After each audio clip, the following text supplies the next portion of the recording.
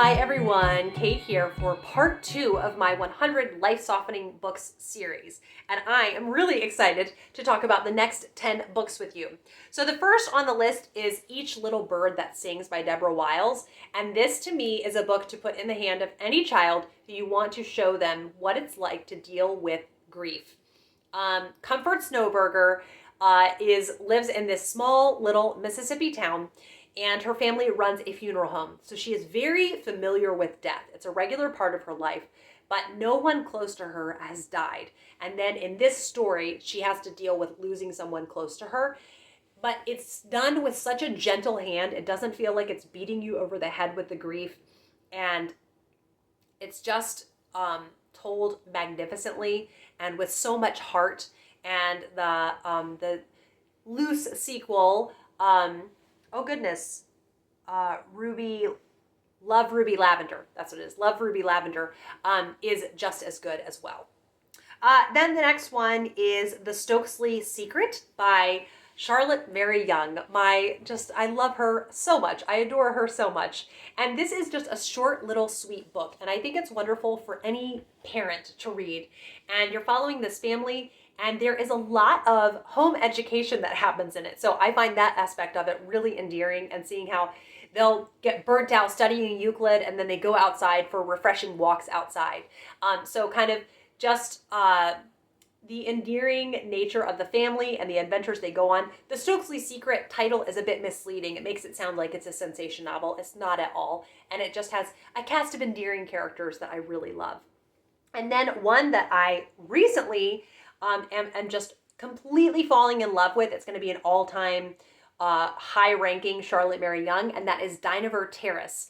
And the plot kicks off when Mary, who has grown up in Peru with her parents, comes back to England. Her mom is not feeling well, and she wants to be back with her family in England to recover. And there is a bit of a tumultuous marriage between Mary's mother and father. And Mary comes back and picks right back up in her friendship with her cousin Louis. And then there are also other extensions of the family, Clara and Jem, and you get to know them.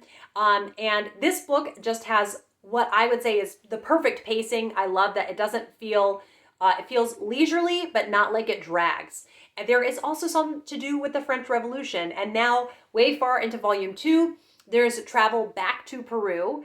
And I love every second of this book. I love the character of Mary, Louis, Clara, Jem, and Isabel is another character that now I'm getting to know.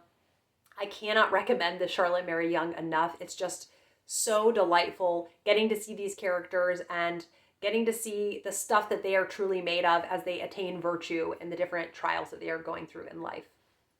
And then the next one is The Pink Motel by Ryrie Brink. If you have enjoyed Caddy Woodlawn, I definitely would try more Ryrie Brink. This is all about a family that buys a bright pink motel in Florida and the quirky cast of characters that ends up staying at the hotel. I read this in a morning during this past middle grade March, and it was such a lovely way to start off middle grade March. And just very fun and cozy. And then also by Ryrie Brink is Winter Cottage. This is a much quieter book about dad and 2 children who end up cozying up in this winter cottage when they're in a life transition, and they get stranded and they find this cozy cottage and they stay in it for the winter. And it's so gentle and easy in the way it tells you this story. And I was a little bit underwhelmed when I first finished. And then the longer I came out of it, the more I thought that was a really lovely, lovely book. So I'm so glad it's back in print now, and hopefully others will fall in love with it as well. And then one more Ryrie Brink to tell you, and that is the Family Grandstand and Family Sabbatical series. This is just so fun. And if you like the Vanderbeekers, Betsy Tacy, the Melendi Family Quartet, those kinds of stories about families with big personalities, I definitely recommend this series. In Family Grandstand, you're following them as they live in their college town. The dad is a professor and the mother is an aspiring mystery writer. And it starts off in the autumn, so football season is in full swing. And then I just love the very college town vibe of it. And it's just really fun and festive feeling. And then in Family Sabbatical, the father has a sabbatical and they go travel around Europe.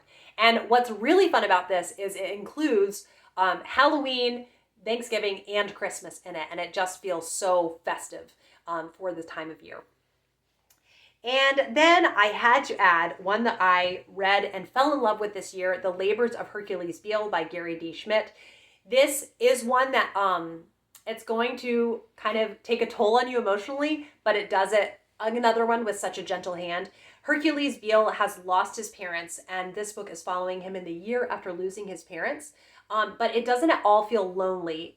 It feels lonely because no one can replace your parents, but he has a whole cast of characters that has surrounded him with love, and the ways that he is processing his grief and dealing with it, and the impact that a wonderful teacher can have on a student's life, and how important it is to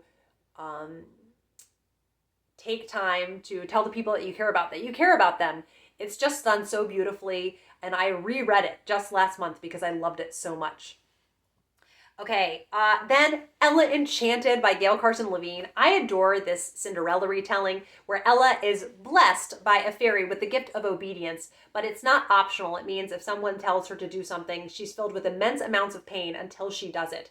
So it's all about Ella's journey of self-discovery and figuring out kind of what to do in a life where she doesn't have a choice in the decisions that she's going to make. And I love the pacing of this story. I love it's very adventuresome and kind of a quest that Ella has to go on. So there's some cozy home scenes, then there are some boarding school scenes, and then some traveling around. It's one that I really, really love and I reread very frequently.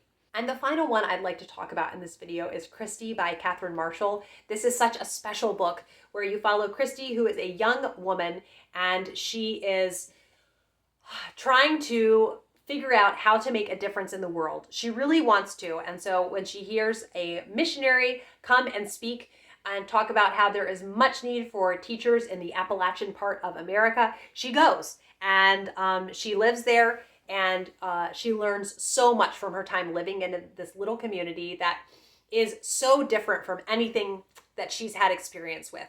And she grows up so much, and I love that things are not black and white in this. There's a lot that she has to learn, and it's written so beautifully and with so much heart. I just love it so much. I realized actually I accidentally skipped one, and that is one that I'm currently reading, but I am very confident that it's going to be in the life softening category from the chapter that I've read, and that is the Memoirs of a Highland Lady. This is written by Elizabeth Grant of Rothmerkus, or Rothymerkus. I'm not sure how you say it. This is a Scottish lady who had a diary, and she wrote the diary from 1845 and 1854, and then it wasn't published until 1898. I think that's when it was.